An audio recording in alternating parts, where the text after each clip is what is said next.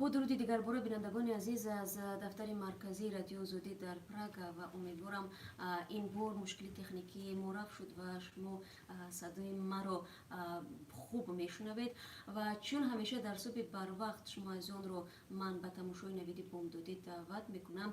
امروز 23 ینور است و در پراگ ساعت 7 و حالا توجه کنید به فشرده خبرهایی که من در دست دارم. حرکت نقلیات در شهرهای دوشنبه چنوخ که شمال تاجیکستان را با پایتخت کشور میپیوندد برقرار شده است. در این باره شرکت مسئول نگاهبینی این را خبر داد. روی مذکور روزی گذشته بنابر برفباری زیاد و فرآمدن چند ترمم در مناطق آن موقتا بسته شده بود.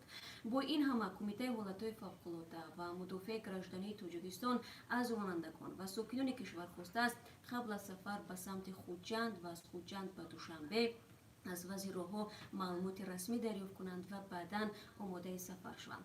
مرکز آب و هواسنجی باشد تا آخر این هفته برای تاجیکستان هوای سرد و سیر برف را پیشگویی نموده است. پژوهش نوبتی تاجیکستان را در ردیف کشورهای خودکامه قرار داده است. تاجیکستان بر اساس ارزیابی‌های شاخص کشورهای دموکراتیک همساله از جانب The Economist Intelligence Unit یک سازمان تحقیقاتی بریتانیایی تهیه می شود از میان 165 کشور از نگاه آزادی‌های سیاسی در موقع 160 یک زینه بالاتر از ترکمنستان جای گرفته است. در این فهرست تاجیکستان در میان 6 کشور سابق اتحادیه شوروی در جای چهارم پس از آذربایجان و بلاروسیه و قزاقستان قرار دارد. The Economist Intelligence Unit سر از سال 2006 پیوسته شاخص دموکراتی کشورها را تهیه و نشر می‌کند. جیمی فلای مدیر رادیو زودی با حکومت تاجیکستان گفته است که به عهدش برای امکان دادن به فعالیت بی‌ممانعت دفتر رادیو در دوشنبه وفا نکرده است. او در یک نامه‌ای که روز 21 ینور به سیروجدین موحدین وزیر امور خارجه تاجیکستان فرستاده است نوشته است با نظرداشت چنین وضعیت ممکن است رادیوی آزادی شیوه‌های دیگری فعالیتش در تاجیکستان را بررسی کند.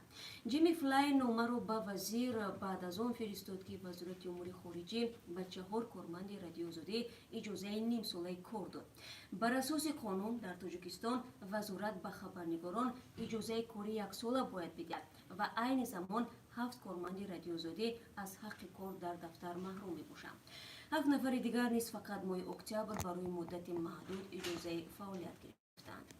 جیمی فلای در نامه نوشته است اکریدیتاسیون نیمه همراه با آزار خبرنگاران آزادی نشان می‌دهد که حکومت شما برای امکان دادن به فعالیت بی‌ممانعت رادیو آزادی صمیمی نیست و عهده‌داری‌های بین‌المللی تاجیکستان برای احترام به مطبوعات مستقل را رعایت نمی‌کند.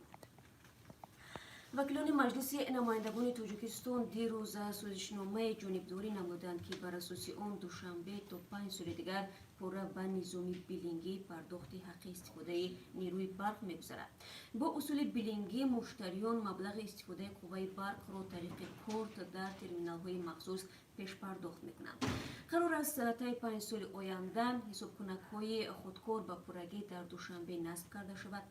فاروق امرعلیف رئیس کمیته سرمایه‌گذاری و اداره اموال دولتی تاجیکستان میگوید نظام بیلینگی در قدم اول به طور تجربوی در ناحیه سینای دوشنبه عملی شده بعداً در دیگر نواحی پایتخت تطبیق می‌گردد.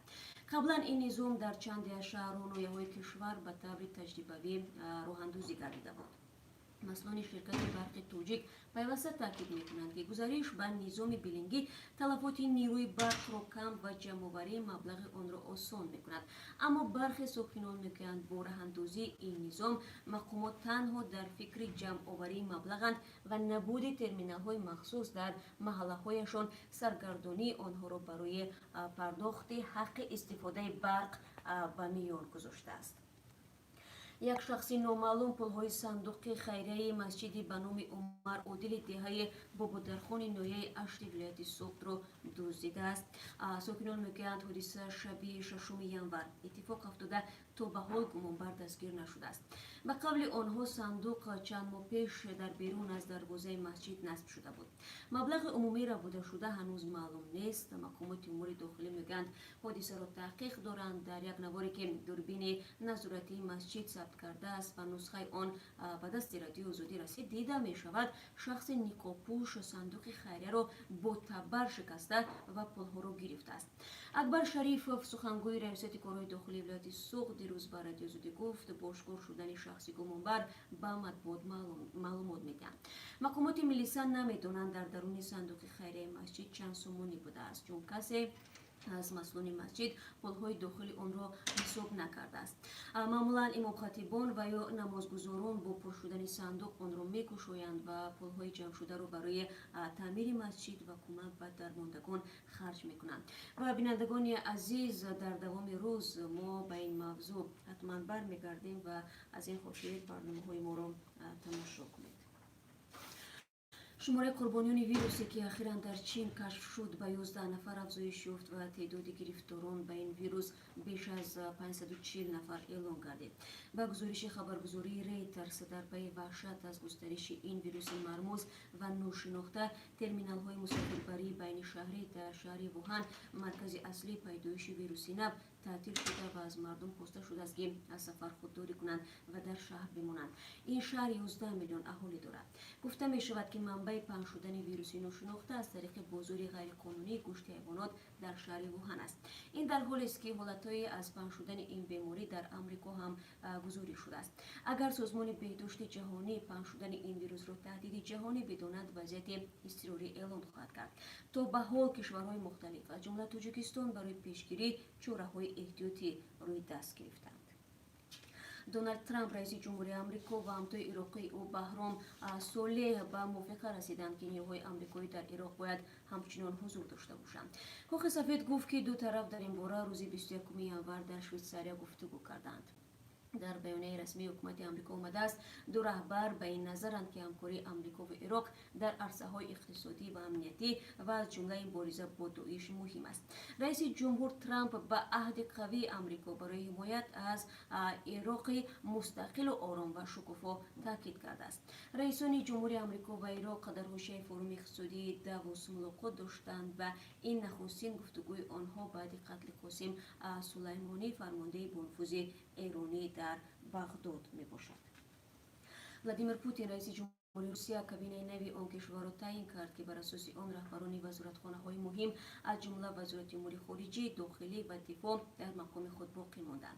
بر اساس فهرست اعضای کابینه نو، سرگئی لاوروف وزیر امور خارجه و سرگئی شویگو وزیر دفاع و ولادیمیر کالاکولتسف وزیر امور داخلی در کابینه نو با رهبری نخست وزیر جدید میخائیل میشوستین در این مقام‌ها باقی میمانند.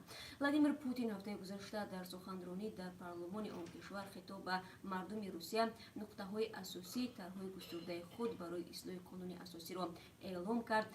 سخنان او این گمان‌ها را به میان آورد که یکی از هدف‌های اصلی تغییرات این است که پوتین پس از پایان چهارمین دوره ریاست جمهوریش در سال 2024 می‌خواهد اداره امور مهم روسیه را در دست داشته باشد. بازم برمیگردیم به خبرهای مربوط به تاجیکستان و تاجیکان. دیروز در روی ولایت اخموله قزاقستان اتوبوس مهاجرین تاجیک ویران شده است. به نوشته خبرگزاری کازین فورم، در این اتوبوس که از سرگوت روسیه به تاجیکستان می آمد 29 مهاجر تاجیک از جمله یک کودک قرار داشتند. کارمندان حالتهای فوق‌العاده ولایت اخموله همه آنها را به جای گرم و امن کوچ دادند. به قول این منبع مهاجران به کمک طبی احتیاج نداشتند. باید گفت که روسیه کشور اصلی مهاجر پذیر از تاجیکستان است و سالانه صدها هزار نفر بنابر نبود جای کار در وطن با آن کشور می روند. از بس که سفر با اتوبوس به روسیه در مقایسه با هواپیما و قطار ارزان است، بسیاری از مهاجران با اتوبوس خود را به روسیه می رسانند و سفر با روی زمینی در فصل زمستان معمولا مشکلات زیادی را پیش می آورد. و در یک هفته اخیر در دوشنبه 10 نفر را دستگیر کردند که با خود کرد داشتند. این بازداشت‌ها در ادامه عملیات کرد صورت می‌گیرد که چند ماه به این طرف در دوشنبه گذرانده می‌شود. بنا به معلومات ریاست وزارت کارهای داخلی دوشنبه، در بین بازداشت‌شده‌ها یک نابالغ نیز است که نسبت پدر و مادرش پروتکل مأموری ترتیب داده شده است. 7 نفر از بازداشت نموده‌ها را جریمه بستند و به 2 کس دیگر حبس مأموری تعیین گردیده است. و بینندگان عزیز چون معمول در پایان صحبت از قرب اسعار خارجی میگیم که برای امروز از طرف بانک ملی این گونه تعیین شده است: $1 9 سومانی و 69 درم است، €1 10 سومانی و 75 درم و 1000 روبل روسی پایین تر آمده است، یعنی 156 سومانی رو تشکیل میده.